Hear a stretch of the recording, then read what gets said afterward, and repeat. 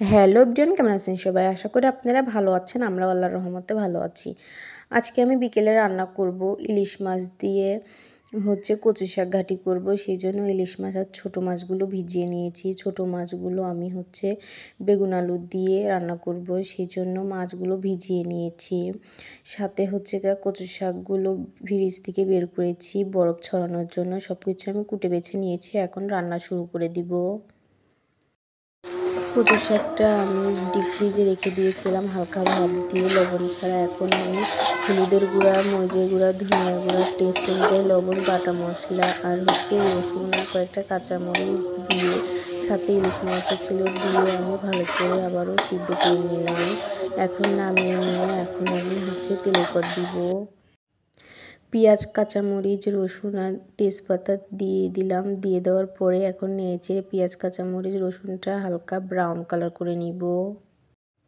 পেঁয়াজ, কাঁচামরিচ, রসুনটা আমার ভেজে নেওয়া হয়ে গেছে। এখন আমি কয়েকটা জিরা আর পাঁচফোড়ন দিয়ে দিলাম। নেড়েচেড়ে এখন ভাপ দিয়ে রাখা কচু শাকগুলো দিয়ে দিলাম। দিয়ে দেওয়ার পরে নেড়েচেড়ে এখন ভালো করে শাকটা ঘাঁটি করে নিব।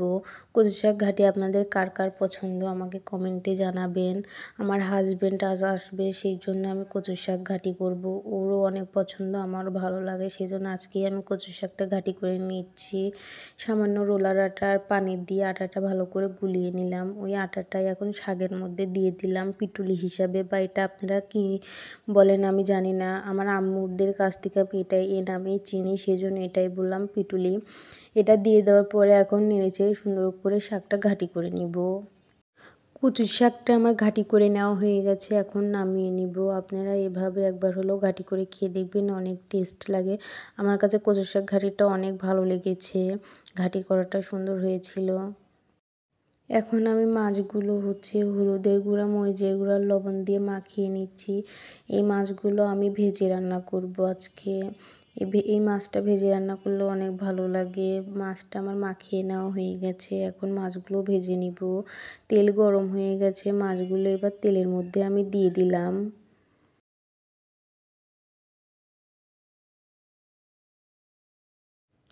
মাছগুলো আমার ভেজে নেওয়া হয়ে গেছে, এখন উঠিয়ে নিব।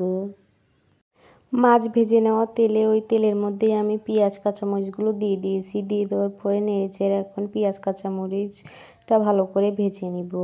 পেঁয়াজ, কাঁচামরিচটা আমার ভালো করে ভেজে নেওয়া হয়ে গেছে। এখন আমি সামান্য পানি দিয়ে দিলাম, যেন পেঁয়াজ, কাঁচামরিচটা না পুড়ে যায়। এখন আমি বাটা মশলা দিয়ে দিব সামান্য, যেহেতু ছোটো মাছ রান্না করব, সামান্য বাটা মশলা দিয়ে দিলাম। পেঁয়াজ, আদা, রসুন, জিরে বাটা আছে সামান্য। আর এখন গুঁড়া মশলা দিয়ে দিব। গুঁড়া মশলার মধ্যে হলুদের গুঁড়া, মরিচের গুঁড়া, ধনিয়ার গুঁড়া আর সামান্য একটু লবণ দিয়ে দিব টেস্ট অনুযায়ী। দিয়ে দেওয়ার পরে নেড়েচেড়ে এখন মশলাটা আমি ভালো করে কষিয়ে নিব। দেখতেই পাচ্ছেন মশলাটা সুন্দর করে কষিয়ে নেওয়া হয়ে গেছে, উপরে তেল উঠে গিয়েছে।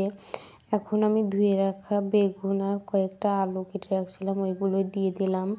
দিয়ে দেওয়ার পরে এখন নেড়েচেড়ে মশলার সঙ্গে এখন বেগুন আলুটা ভালো করে কষিয়ে নিব। দেখতেই পাচ্ছেন বেগুন আর আলুটা সুন্দর করে কষিয়ে নেওয়া হয়ে গেছে। এখন আমি পরিমাণ মতো পানি দিয়ে দিলাম।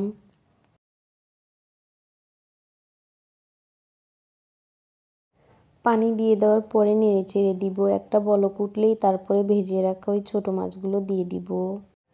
তরকারিতে বলক উঠে গিয়েছে, এখন আমি ওই ভেজে রাখা মাছগুলো দিয়ে দিলাম। মাছগুলো দিয়ে দেওয়ার পরে নেড়েচেড়ে দিব।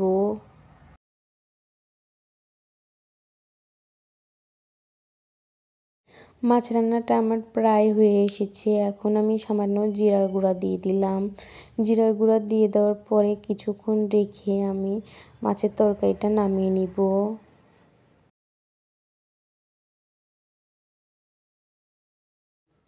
তরকারি রান্না কমপ্লিট করে নেওয়ার পরে এখন আমি পেঁয়াজু, বেগুনি আর পকোড়া বানাবো মাংসের। এগুলো ম্যারিনেট করে আগেই রেখে দিয়েছিলাম, এখন এগুলো ভেজে নিব। পেঁয়াজগুলো ভেজে নিচ্ছিলাম, পেঁয়াজগুলো আমার ভেজে নেওয়া হয়ে গেছে, এখন উঠিয়ে নিব। দেখতেই পাচ্ছেন দোকানের মতো কি সুন্দর আমার পেঁয়াজু হয়েছে, মচমচে।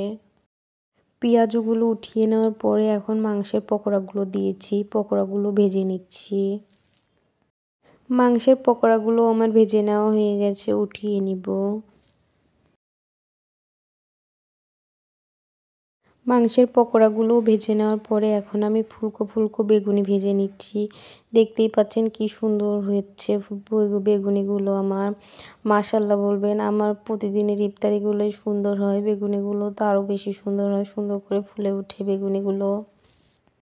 আপনাদের ভাইয়ার জন্য এগুলো বানিয়েছিলাম, কিন্তু আপনাদের ভাইয়া ইফতারের আগে আসছিল না।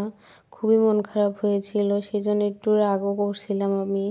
সে হচ্ছে ছেলে মেয়ের জন্য জুতা কিনতে গিয়েছিল, গিয়ে দেরি হয়ে গিয়েছে, সেজন্য আর ইফতারের আগে আসতে পারে না, ইফতারের পরে আসছিল, সেজন্য রাগ করছিলাম আমি। দেখেন কি সুন্দর করে সব কিছু ভেজে নিয়েছি, কিন্তু সেই আসতে পারে নাই।